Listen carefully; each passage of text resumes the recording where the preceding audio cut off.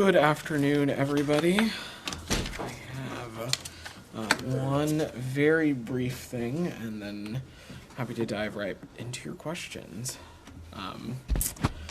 Last Friday, President Biden released the first ever voluntary commitments on artificial intelligence, which were agreed to by several leading companies, including Amazon, Anthropic, Google, Inflection, Meta, Microsoft, and OpenAI. These commitments are focused on safety, security, and trust, and represent an important step forward to ensure that powerful AI foundation models maximize the benefits for all people in line with our democratic values. As home to leading AI companies in the world, the U.S. is uniquely positioned to lead the way in creating an AI future that we all can benefit from. The voluntary commitments serve as an important first step and contribution to the international AI conversation around safety, security, and risk.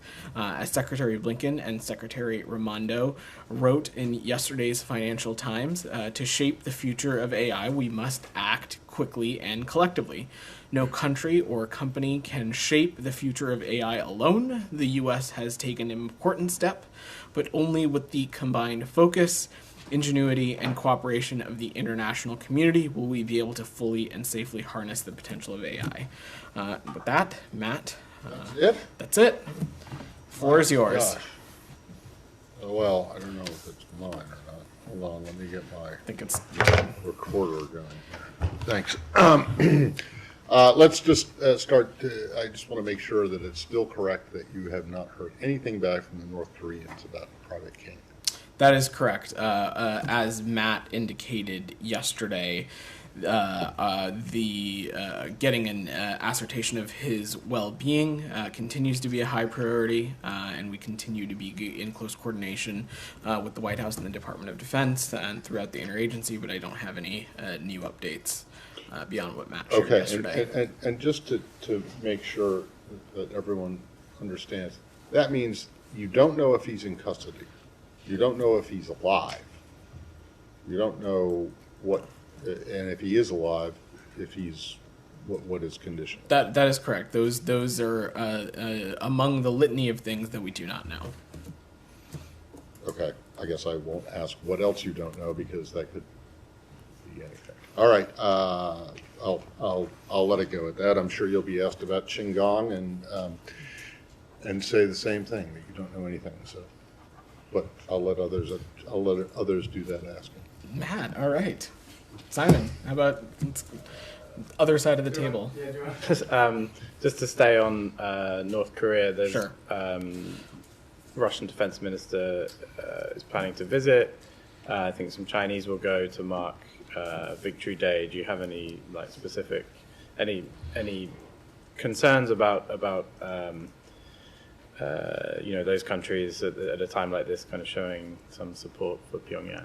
Well, it goes back to an issue that we have raised a number of times before. Both Russia and the PRC have a potential role they can play, including through the auspices of the UN Security Council, in which they can use their influence over the DPRK to encourage them to refrain from threatening unlawful behavior that will not just incite tensions in the immediate region, but also the region broadly. And they also have a potential role to play in encouraging the DPRK to return to the negotiating table. The United States point of view on this has been quite consistent, which is that we are open to meeting with Pyongyang without preconditions, and we continue to have a commitment for the complete denuclearization of the Korean Peninsula.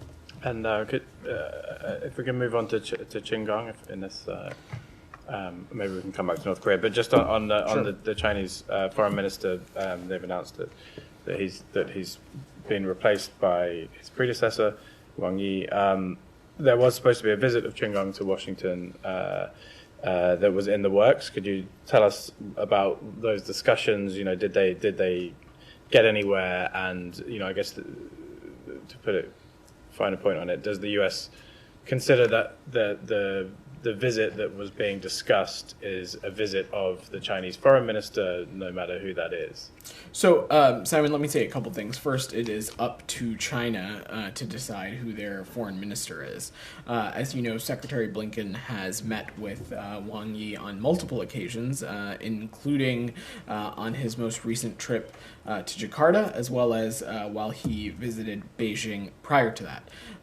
We will continue to engage with Foreign Minister Wang Yi and other Chinese officials, and we continue to believe that keeping lines of communication are incredibly important, and it's an important avenue to manage this relationship responsibly, which is something that the international community expects of us. As it relates to any potential travel, Simon, I'm not going to get into specifics. What I will just reiterate is that at the conclusion of almost every U.S. official's visit to the PRC, they have reiterated that there is an expectation that we will continue to see high-level engagement with travel from both sides of the Pacific, and we continue to expect that to be the case. I don't have any finite travel to announce, and it ultimately would be for the PRC to announce any travel to the United States, but I'm not going to get ahead of the process on who it might be and what their title or titles may not be. And just finally, sorry, has there been any specific communication to say with the Chinese informing you of this change? And what level did that happen at? I don't have any other further information on this beyond what's been publicly reported. Just to follow up Sure. on that, what is your take of the events in China and why he's been incommunicado for so many weeks and months? And you asked about Simon asked about communications, but has the secretary been in contact? Before we knew that he was being removed. Has he been in contact with his counterpart in the recent weeks? I have no calls on behalf of the secretary to read out. As you know, Leon, he had the opportunity to have a bilateral engagement with Wang Yi on the margins of ASEAN in Jakarta. I have no other engagements to read out. Obviously, we continue to think it's incredibly important that we maintain open lines of communications with the PRC. As it relates to our personal take, again, it is up to the PRC to determine who their foreign minister is, and I will just leave it at that. Anything else on the PRC before we move away? Jenny, go ahead. Switching topics, but on Trevor Reed was reportedly injured in Ukraine fighting there. Do you have any comment on this? Was the State Department aware that he had gone to fight there? Are you concerned this will have negative implications on ongoing discussions to free the American detainees who are still in Russia, Paul Whelan and Evan Gershkovich? I will say a couple of things, Jenny. We are aware that Trevor Reed was injured while participating in fighting in Ukraine. Since the beginning of this war, we have warned that U.S. citizens who travel to Ukraine, especially with the purpose of participating in fighting there, that they face significant risks, including the risk of capture or death or physical harm as well. And so I want to be explicitly clear about something. Mr. Reed was not engaged in any activities on behalf of the U.S. government. And as I indicated, we have been incredibly clear, warning American citizens, American nationals, not to travel to Ukraine, let alone participate in fighting there.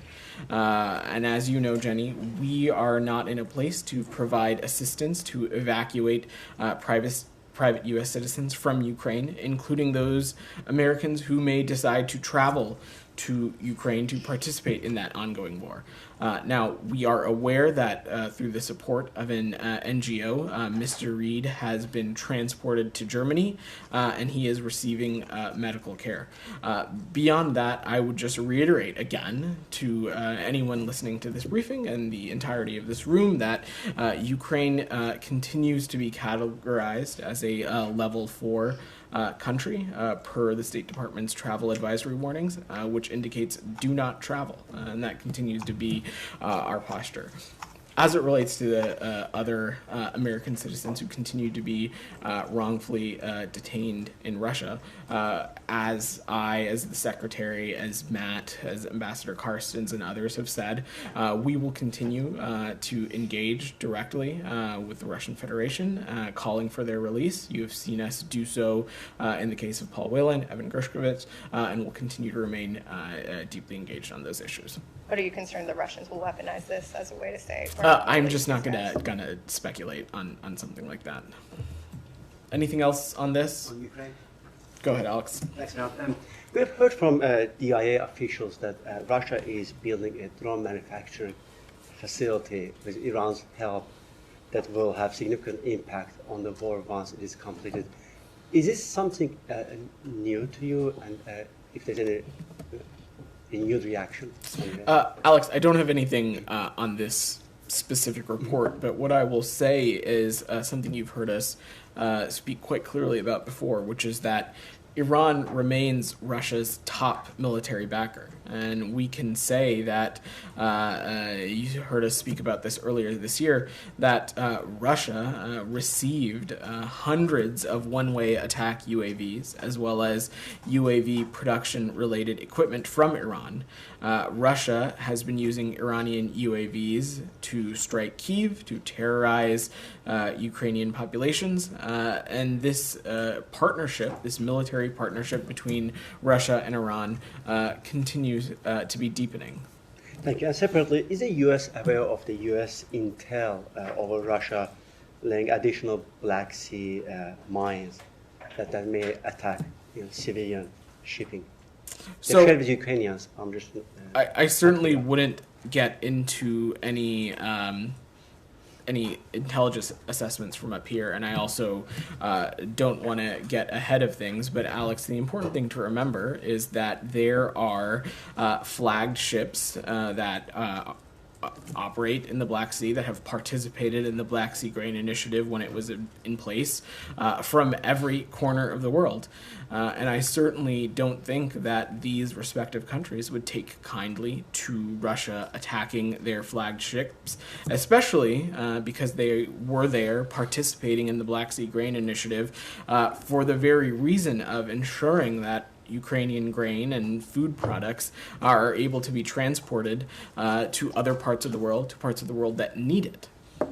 And finally, on this line, if I may, IAEA today has confirmed the presence of anti-personnel mines at the Zaporozhye nuclear power plant. May I have your reaction, please?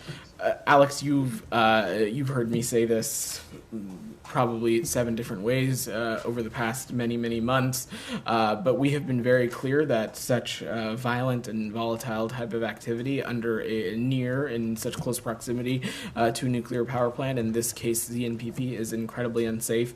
It puts the immediate region in harm's way, and so we continue to call on such activity so close to the NPP to stop.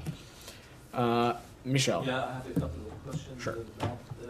First, on Russia and Syria, how do you view the encounters between Russia fighter jets and U.S. drones operating over Syria, and how will the U.S. react on that?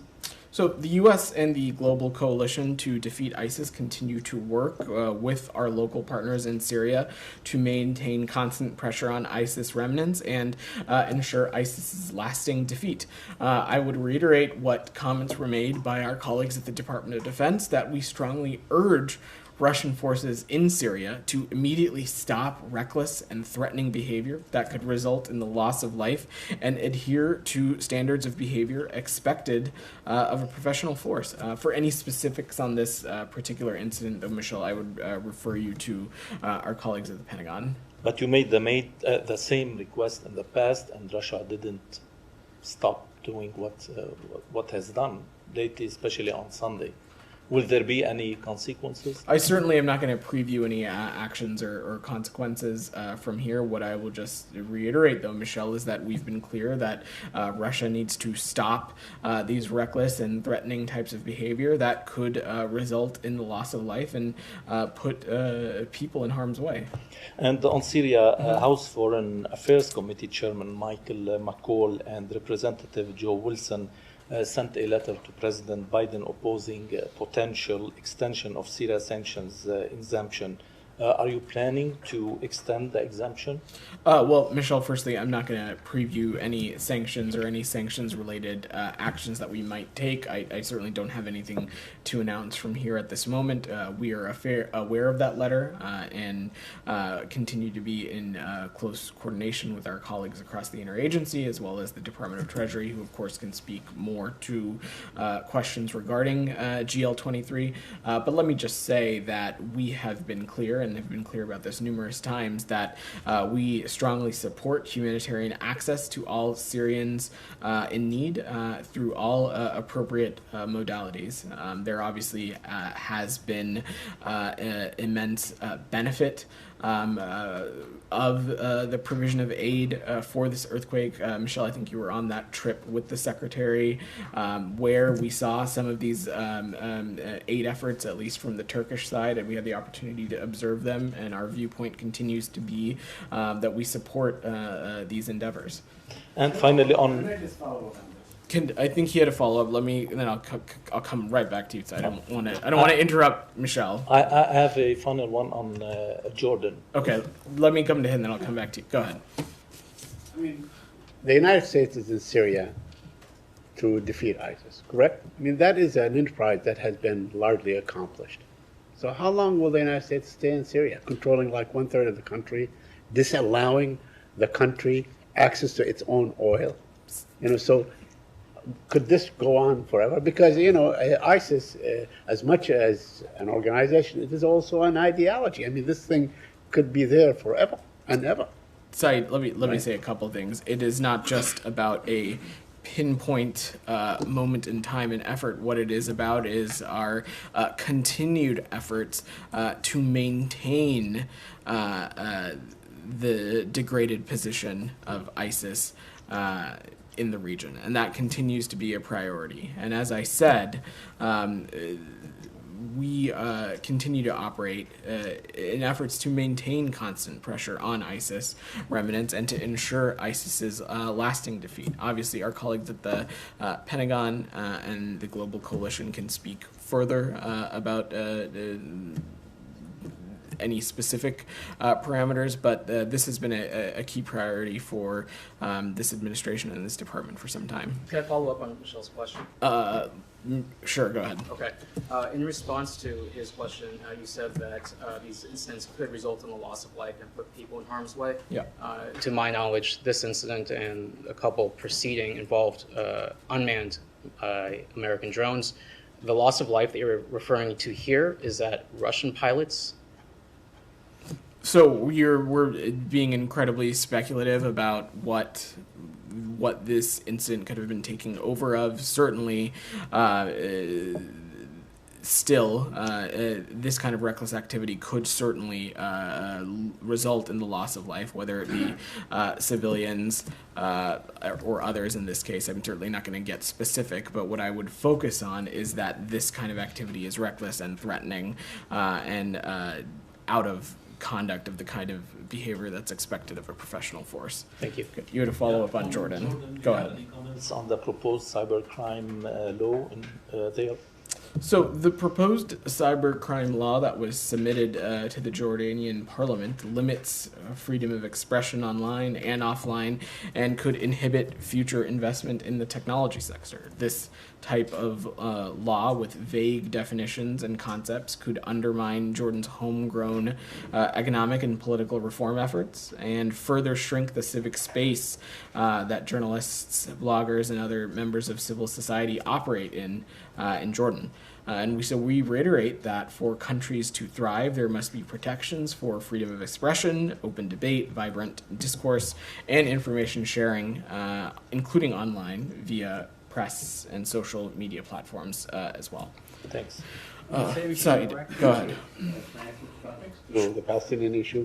Sure. Very quickly on the visa waiver. There's still a great deal of confusion because people tried to cross the Eretz crossing and they were turned back. So we know that the statutory requirement on reciprocity says all Americans should be treated equally and so on. But in this case, and I heard what Matt said yesterday in his response, to a question that was raised. Yeah. That, you understand or you see that Israel has certain concerns, security concerns with Gaza. So, this, if you factor this in, then reciprocity is not a full thing extended to all Americans, is it? So, Said, again, what I'll reiterate is that that is 100% our expectation. You've heard me and Matt and be very clear about this. Is that our expectation is that any American citizen is treated equally in any attempts to transit to and through the region. I will note, though, Said, to your question, that we continue and we will analyze data that Israel has committed to provide. And I'll also note that the embassy has established a portal accessible via U.S. Embassy Israel's website where U.S. citizens may report any travel difficulties. And it is important for us to receive that feedback, to collect that data, and to analyze it so that come the deadline, the Secretary and this department can make the most appropriate recommendation to the Department of Homeland Security. This is still an ongoing process, Said, and we'll continue to assess and work directly with the Israeli government towards fulfilling our very clear requirements for entry into the visa waiver program. Okay, so if I understand you correctly, you're saying that you will have some sort of a yardstick by which to measure when and where Israel has real legitimate security concern, or where it may be abusing that. Said, those yardsticks exist. There are very clear requirements and prerequisites as it relates to the visa waiver program for any country that is intending to be part of that program. Let me ask you on the judicial reforms, if I may. Now, the president said yesterday, or the White House said that they were disappointed or they regret the passage of the reforms. But now that this, the ship has sailed, so what's next? What will the United States do? And can we expect, sort of any hiccups and special relationships with Israel? Does that in any way impact the thinking or the stuff that is ongoing? There's been calls, for instance, by former ambassadors to basically cut off military aid to Israel and so on. So, what is your response to all these things? Well, what I will say on that is not going to happen. But what I can say is that our decades, there's not going to be any cut or stoppage of military aid, and that is because our commitment to Israel and our commitment to Israel's security is ironclad. Our decades-long partnership with Israel is ironclad.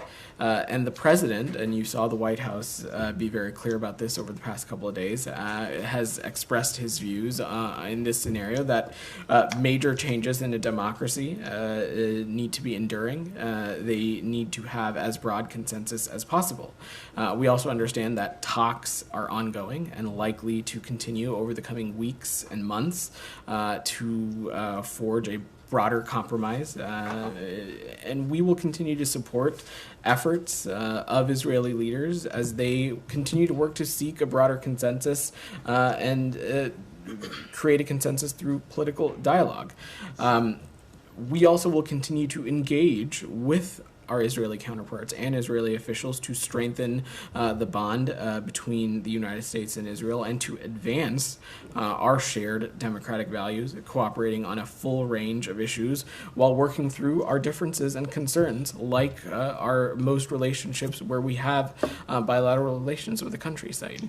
So you expect these negotiations in the coming weeks to yield any sort of pullback by the government and saying, we were wrong, let's not implement. Said, it's not for me to preview or hypothesize or speculate from up here. What I'm simply saying is a matter of fact, which is that we understand that talks continue to be ongoing, likely over the coming weeks and months, as internally within Israel this process moves forward to continue to broader a compromise. Okay, but I tell you what, because I'm sorry, I just want to talk about this issue for a bit further, because these judicial reforms, they impact lives on a daily basis. People that go in, and then the Ministry of Defense decides that this We person agree with you, cannot Saeed. enter, and so on. Then the Supreme Court says no. No. If you allow Matt. me, because that's what they mean by the unreasonableness. This is unreasonable. No one they is have done that disputing many that- times again. No, we could see probably now a multitude Saeed, no of one is efforts and so on disputing by that- the Israeli government in the occupied territories on Palestinians who hold Israeli citizenship and so on. I mean, this is really very Sorry, critical to your issue. point that this is affects everyday people. No, we agree with that point. That is exactly why this is something that the Secretary, the President, and others have been deeply engaged on, and incredibly clear that it's our viewpoint that such changes in democracy, where the expectation is that they are going to be enduring, must have as broad of a consensus as possible. So can I go back to Trevor Reed just for 1 second? Sure. I want to make sure that I heard you correctly. Yeah. You said, as you know, we are not in a place to provide assistance to evacuate private U.S. citizens from Ukraine, including those Americans who may decide to travel to Ukraine to participate in fighting.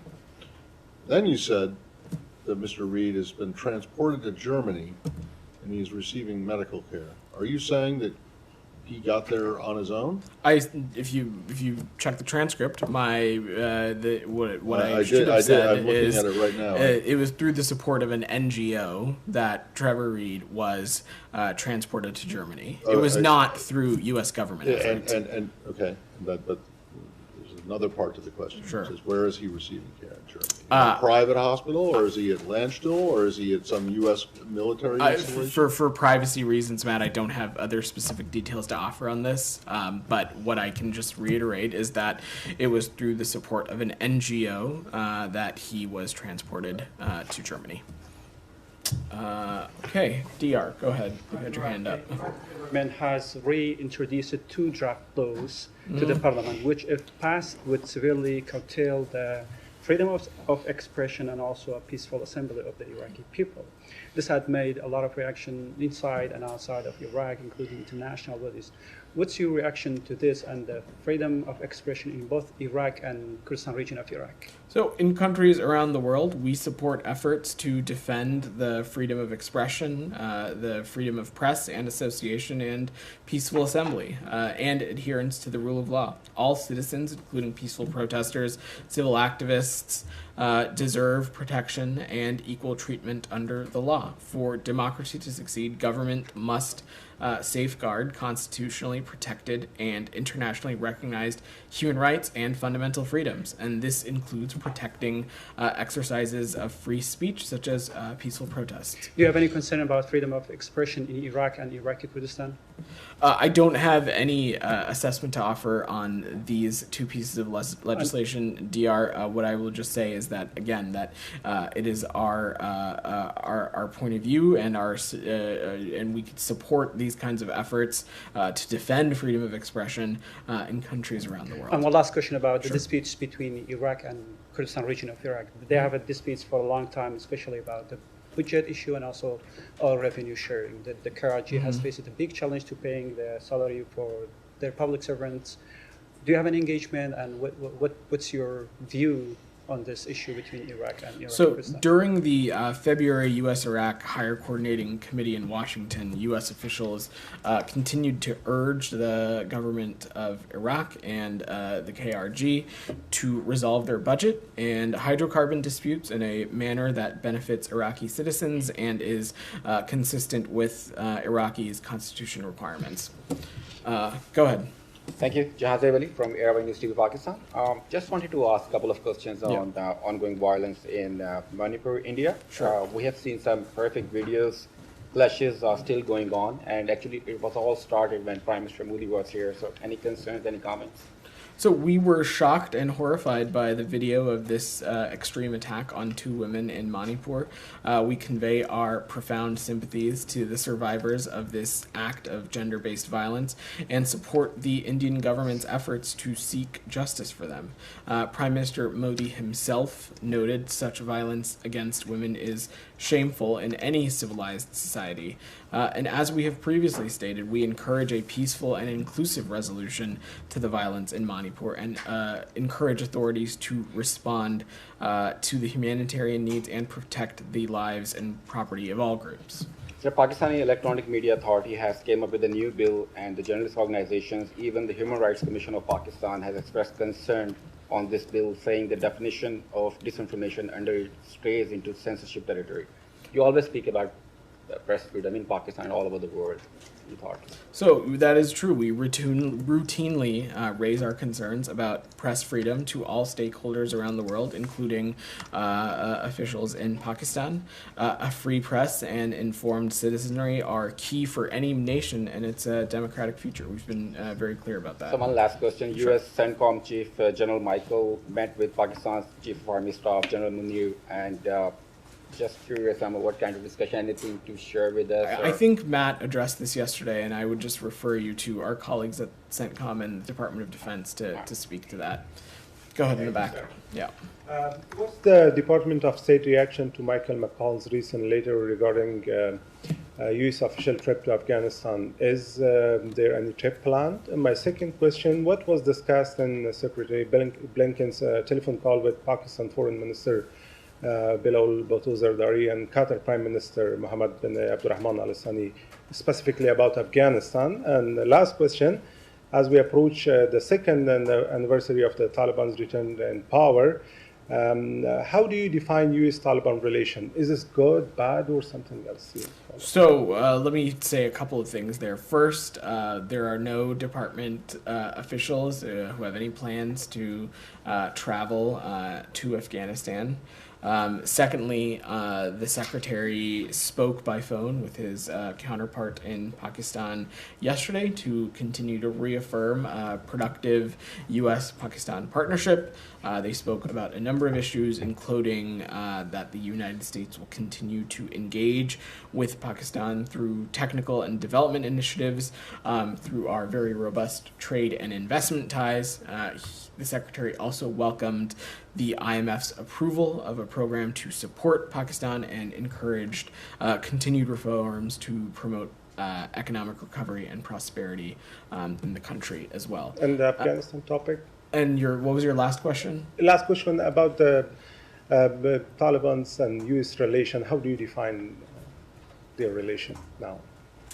So, on the foreign minister's call, yes, the secretary and the foreign minister also discussed the destabilizing efforts of Russia's war against Ukraine, as well as the joint interest of the United States and Pakistan on a peaceful and stable Afghanistan.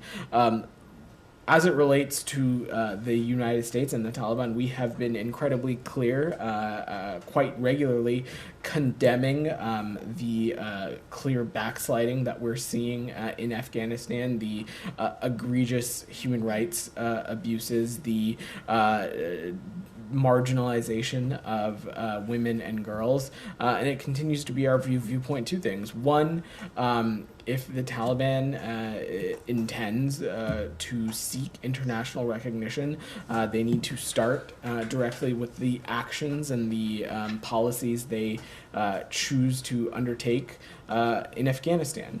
And number two, the U.S. Is going to be watching very closely and will continue to take appropriate action as needed. On Pakistan. Go ahead. Thank you. Iram Abbasi from Voice of America. Great. I want to ask you about the ongoing violence against one of the minority groups in Pakistan, Ahmadiyya community. Mm-hmm. There was this incident yesterday as well where Tehreek-e-Labbaik Pakistan, the religious group, vandalized one of their worship places. And there's not an isolated incident. There have been at least 11 cases where they vandalized their worship places. Do you condemn those attacks? And do you think Tehreek-e-Labbaik Pakistan is a threat to minorities in Pakistan? So what I would just say is violence against any group we certainly would condemn and take issue with, and we continue to raise directly with countries around the world for the need to respect basic human rights of all groups. Just one more question. Sure. Did the Secretary Blinken talk about it to DFM, the foreign minister? What I will just say is that we raise human rights issues and human rights concerns with officials from countries around the world, and as the Secretary has previously said and been very clear about, is that when it comes to the United States, human rights and advocating for them are always on the table. Last go question. ahead. I'm going to work the room a little bit. You've got a couple questions already. Go ahead. United States and Mexico just released a joint statement on shared efforts to combat illicit fentanyl and disrupt arms trafficking. A State Department representative is actually in Mexico now, joining a committee regarding this matter. What United States and Mexico will effectively do to fight illicit drug traffic? Can you describe anything new, any new decision regarding this matter? And on migration and forced displacement, if there is any new actions among the decision of two countries, United States and Mexico. So I'll start with your second question. I don't have any new policy to announce or share, but specifically on the joint statement, I'm not going to get ahead of the delegation's visit as it continues to be ongoing. But what I will say is that the U.S. officials there discussed continuing joint efforts between the U.S. and Mexico under the U.S.-Mexico bicentennial framework for security, public health, and safety communities to continue to combat drug trafficking, disrupt the supply of chemicals used to make illicit fentanyl, prevent trafficking of these deadly narcotics at our shared border, and promote public health services to reduce harm and demand increased treatment services as well. It continues to be very clear to our countries that discovering, disrupting, and dismantling firearms trafficking network is critical to our shared efforts to addressing firearms trafficking that takes place at the border. And certainly these are the kinds of things that contribute to violence and destruction on both sides of our shared border. So again, the delegation's visit is still ongoing, so I don't want to get ahead of that, but certainly these are a number of things that I expect to be discussed. Okay. Julia. Okay, let me do Mexico, then I'll come to you. Go ahead. Yeah. Weekend of a major oil spill in Mexico's Gulf waters. That the spill may be heading towards the U.S. coastline.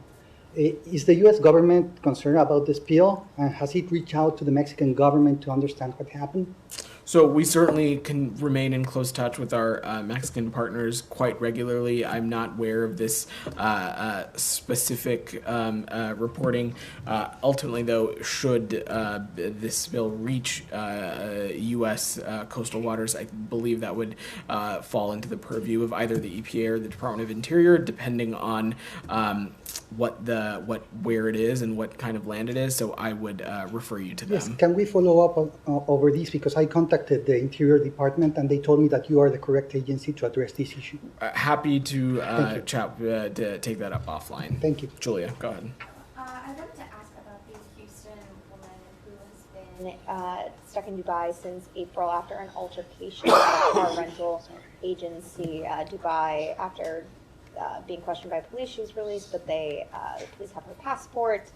Just wanted the State Department's latest update on her case. Sure. So the Department of State and our embassies and consulates abroad have no greater priority than the safety and security of U.S. citizens overseas. We are aware that U.S. citizen Tiara Young Allen is unable to depart Dubai, and we take seriously our commitment to assist U.S. citizens abroad and are providing all appropriate assistance. We continue to remain in regular communication with her and her family, and we'll continue to monitor her case closely, but I don't have any updates to offer from here. Is there anything that can be done? You know, you mentioned appropriate assistance. Is there anything that can be done to help expedite the process? Well, this is something that is something that we have no greater priority on. I'm certainly not going to delve into the specifics of a case from up here, but we are providing all appropriate consular assistance, and will continue to remain in close touch with her and her family as appropriate as well. Janet, sorry, just one last follow-up on that. You know, with Dubai especially becoming, you know, more of a tourist destination, what does the State Department say about Americans traveling there, given, you know, the cultural differences? Well, the State Department having to answer this question broadly. It's a great plug for our travel advisories, which came up in another question earlier today.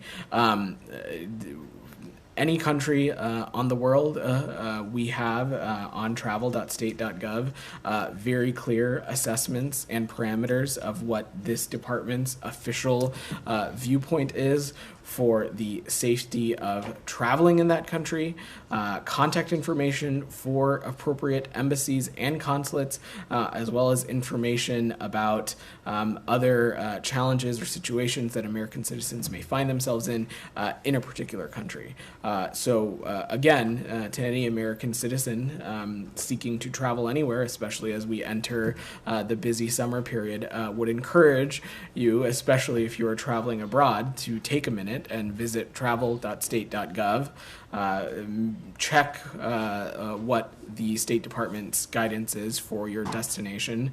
Make sure you have your appropriate contact information for your relevant embassies and consulates. Shannon, you had your hand up in the back. Thank you. I'll come back to you. Go ahead. A couple quick follow-up questions on Trevor Reed. Sure. One, I was wondering, could you say, to best of your knowledge, do you know if Trevor Reed advised anyone within the U.S. government that he was planning to travel to Ukraine to fight, or just otherwise just travel to Ukraine? And also, can you say when you became aware that he was injured in the country? I'm certainly not just going to get into the specifics of this case, given privacy concerns. What I will say is, though, I'm not aware that there was any communication offered to the U.S. government.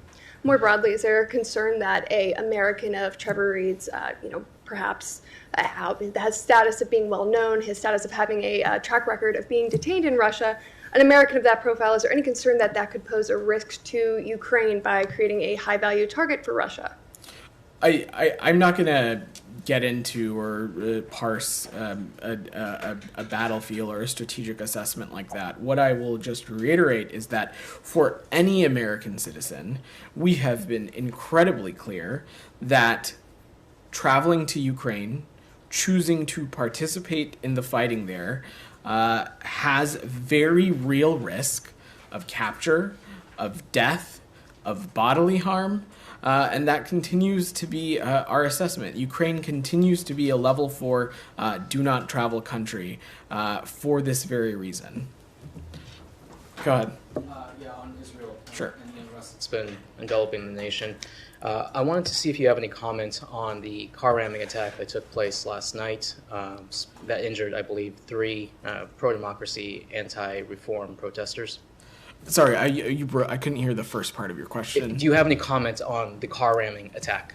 So I'm not aware of the specific report of this attack, but what I will just say broadly is that people making their voices heard as it relates to democratic issues like this, judicial reform in this case, it's our view that individuals should be able to express themselves safely, should be able to protest safely, and make their voices heard safely, as long as they are also being safe and not inciting harm as well. Thank you. I just wanted to follow up on the Sure. Yeah. Because apparently there are no charges except her screaming in public. I mean, that's a long time to be held for screaming in public. What are the charges? Saeed, I'm just not going to speak to the specifics of a case from up here. What I will just reiterate is that we are offering all appropriate consular services and continue to remain in close touch with her and her family. Simon, go ahead. Come back to Israel. I just wanted to clarify. So the Ambassador Nides, has he left Jerusalem now? Yes. So his last day was last week.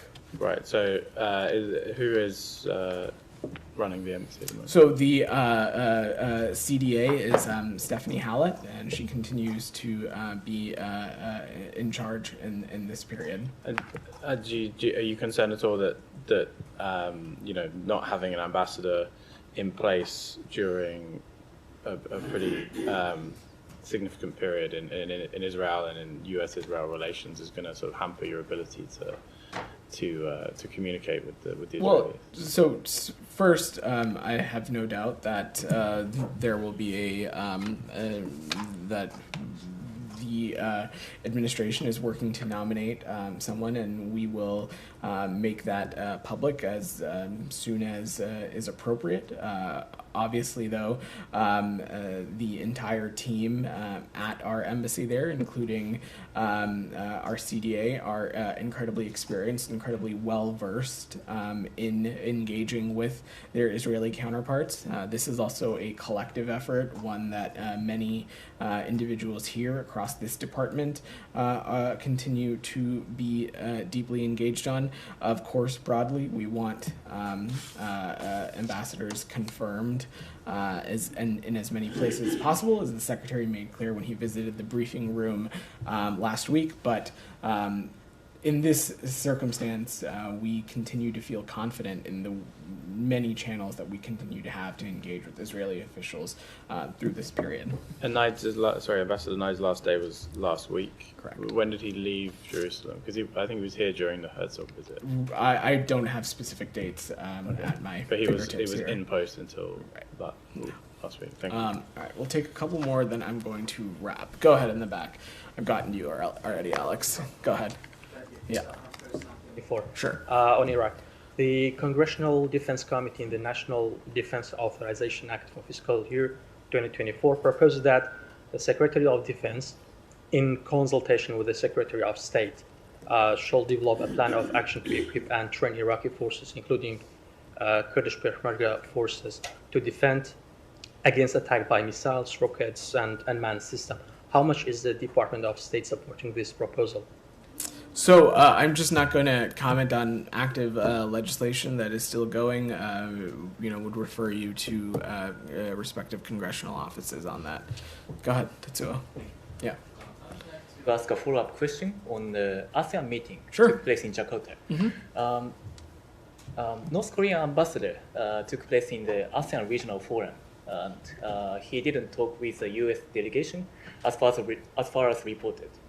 So can you confirm that there was no diplomatic engagement between North Korea and the U.S. this time in Jakarta? There was no diplomatic engagement between the United States and the DPRK in Jakarta. And I'm also wondering if you had any specific reason for that. Specific what? Specific reason for no diplomatic engagement between the two countries. So broadly, Tetsuo, we have been very clear to take the focus off of the ASEAN ministerial for a second. We have been very clear and consistent that we stand ready to engage with Pyongyang in discussions over our very clear goal of the complete denuclearization of the Korean Peninsula, a goal that we know is shared by many who were present at the ASEAN ministerial, including our allies and partners in Japan and the Republic of Korea. But as you've heard me say previously, we have not seen a reciprocal interest in engaging from Pyongyang. Okay. All right. Thanks, everybody. Thank you.